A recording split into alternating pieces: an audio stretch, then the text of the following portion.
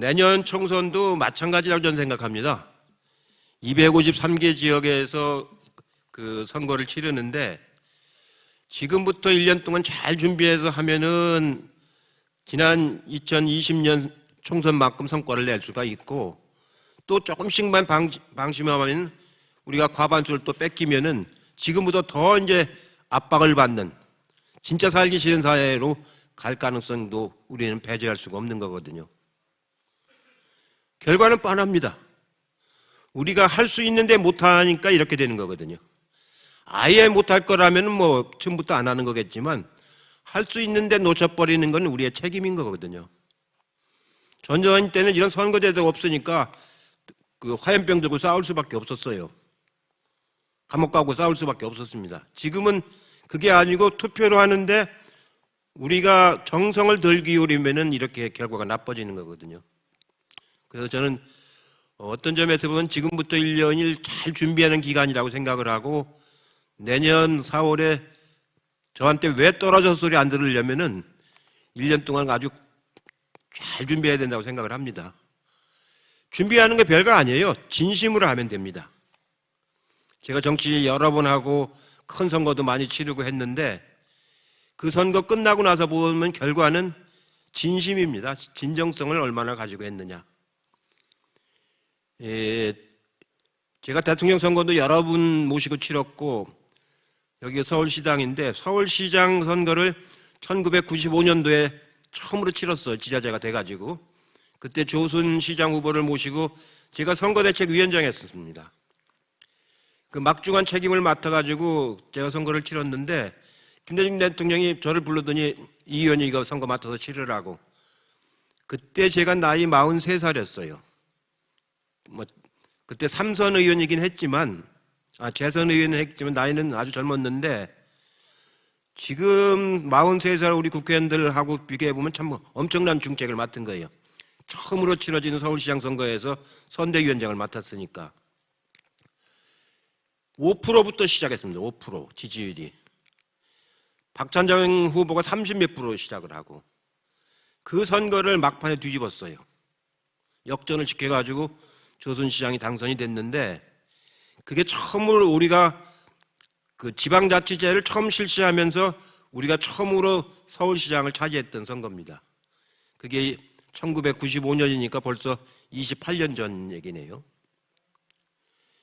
그래가지고 제가 정무부 시장으로 취임을 했어요. 취임도 하기 전에 삼풍백화점이 무너졌어요.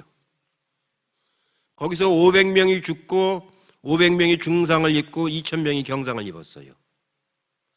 그 아파트 자리에 아크로 비슷한 거 하는 그 아파트가 들어섰습니다, 지금. 그래가지고 서울시장을 맡아가지고 서울시를 잘 이끌어야 우리가 집권 능력이 있다, 관리 능력이 있다 해가지고 이 다음 정권 교체를 바라볼 수 있기 때문에 밤을 새워서 제가 6개월 동안 일을 했어요. 그래가지고 서울시에 3개년 계획을 만들어가지고 오늘날 서울시가 발전할 수 있는 기틀을 그때 만든 겁니다. 그래서 김대중 대통령이 그때 그걸 보고서 저를 굉장히 높이 평가하셔가지고 무슨 일만 생기면 저한테 일을 맡기셨어요. 그래가지고 고생도 참 많이 했습니다. 맨 일거리만 갖다 주시는 거예요. 근데 그렇게 했기 때문에 김대중 대통령을 모시고 했기 때문에 참 일도 많이 배우고 책임감도 많이 느끼고 이제는 당을 책임져야 되는 일들을 제가 많이 했습니다. 우리 당은요, 그냥 생긴 당이 아닙니다. 우리 민주당은 역사가 있는 당이거든요.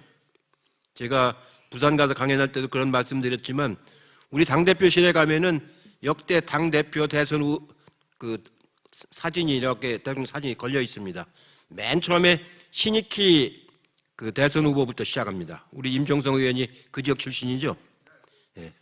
경기도 광주가 그분의 고향이신데 그분이 독립운동을 하시다가 나중에 이제 해방 후에 정치를 하시면서 자유당 독재에 처음에 자유당 정부에 참여했다가 이승만하고 갈라집니다. 도저히 안 되겠다고 해서. 그래서 이승만 대통령이 4.4.5 개헌으로 1954년도에 그 장기 독재에 들어가려고 하니까 단호에 맞서가지고 민주당을 창당을 합니다. 1955년도에 민주당을 신익희 대표를 중심으로 창당을 해가지고 56년에 대선 후보에 나갔다가 한강 백사장 유세까지 하시고 갑자기 돌아가셨어요. 선거를 못 끝내고. 그렇게 해서 시작한 당입니다. 민주당은 반독재 민주화 투쟁부터 시작한 당입니다. 그렇게 해서 역사적으로 쭉 오다가 윤보선 대통령이 63년도에 박정희 대통령과 싸워서 부정투표로 아주 근소하게 졌죠. 그래서 박정희 장기 독재로 들어갔다가 71년도에 김대중 대통령이 우리 당의 대선 후보로 나오셔가지고 투표에는 이기고 개표에는 졌다는 말을 남기시면서 지셨어요. 그게 우리 당 후보가 그때까지 다 경선으로 해서 뽑았습니다. 정당 정치를 정상적으로 했죠. 김대중 대통령이 나오셔서 우리 당의 반독재 민주화로 시작했는데 거기다가 큰 방향을 두 가지를 결정했는데 하나가 평화통일론입니다. 4대국 안전보장론.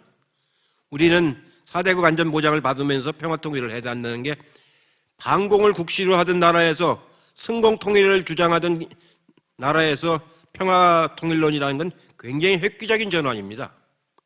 북한을 인정하고 북한과 평화통일을 해야 된다는 겁니다. 또 하나가 중산층과 서민을 위한 정당해야 된다. 대중경제론을 주창을 하셨어요.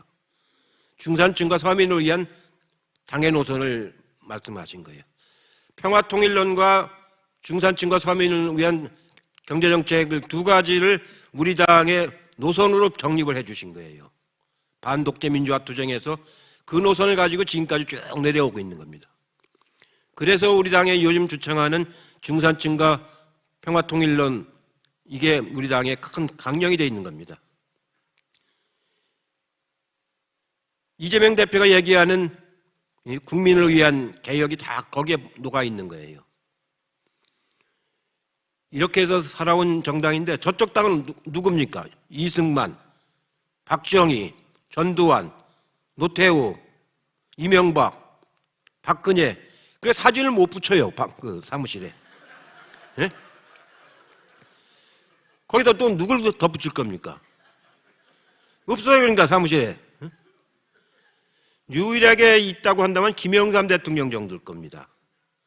그분은 저쪽 당에서 나오시긴 했지만 3당 합당하면서 지역 감정을 아주 악화시키긴 했지만 나름대로의 하나의 척결을 하고 금융실명제를 도입하고 개혁을 했어요.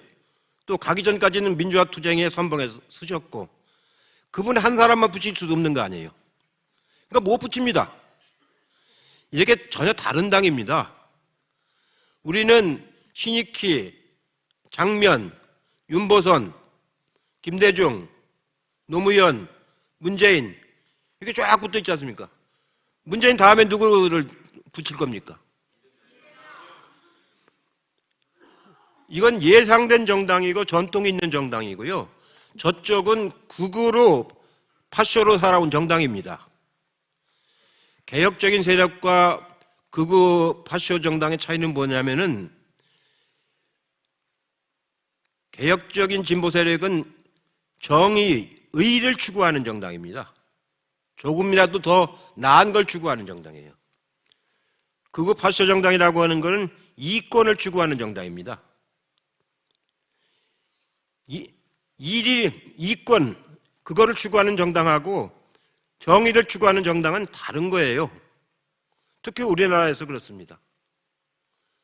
지금 부자 감세한다고 해가지고 법인세 잔뜩 깎아가지고 재벌 기업들한테 1년에 4조씩 5조씩 세금 감면해 주잖아요. 그러고는 서민들 요새 뭐 난방비다 뭐다 뭐 코로나보다도 더 어려운데 그런 예산은 하나도 없지 않습니까 지금. 코로나 때는 그래도 긴급 지원이라도 해줬는데 지금 그런 것도 없잖아요. 전혀 다른 노선을 가진 정당이거든요.